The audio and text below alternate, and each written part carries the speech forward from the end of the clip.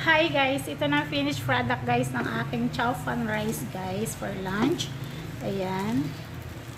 Ayan guys, oh. So yummy ang ating chow fan rice for lunch guys.